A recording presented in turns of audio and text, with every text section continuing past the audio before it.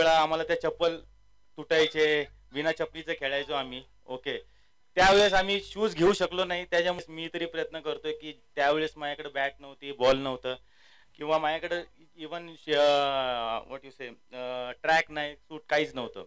पण जसं जसं मी प्रोग्रेस करत गेलो, शिक्षण घेतलं, चांगल्या ठिकाणी कामाला लागलो, तर आता मी समजतो की थोडंसं मी माझ्यावरती पण स्पेंड केलं पाहिजे. या क्रिकेट माझा जो पॅशन आहे त्याच्यावरती पण मी स्पेंड केलं पाहिजे. जसं खेळतो त्यासाठी मी आम्हाला 60+ असताना सुद्धा खेळताना पाहायला मिळावा हीच अपेक्षा आणि मनापासून कौतुक. 40+चा सामना संपलाय, सगळ्यांचं लक्ष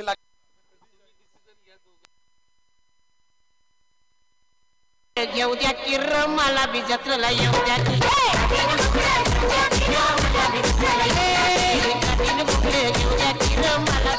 थँक्यू डीसे. तिथे आपण कळवतात ते देखील आपण पाहणार आहोत. चेंडू देखील आपण पाहिलं तर तिथे मात्र व्हाईट बॉल.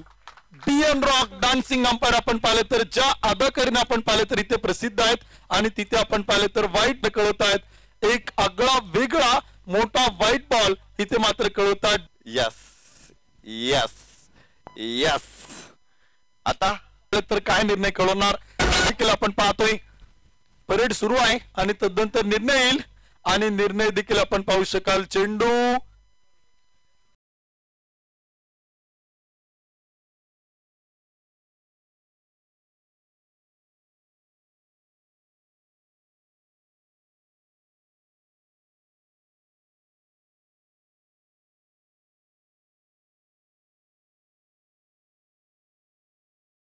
अफ्रीचा.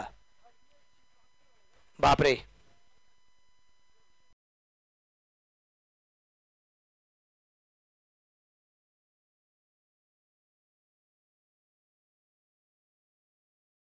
अमोलचा पहिला चेंडू इथे व्हाईट बॉलचा इशारा पंचांचा आपल्याला जो पाहायला मिळतोय. पहिला चेंडू खराब आलाय, अमोल आलाय, अमोल करडे.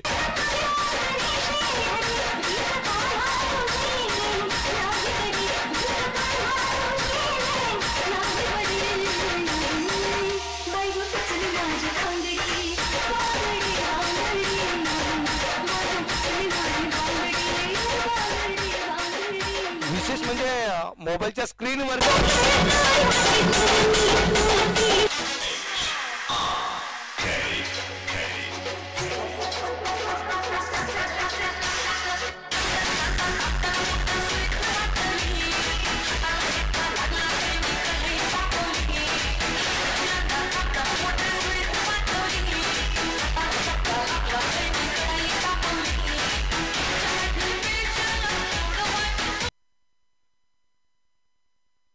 रेडबॉलचा इशारा.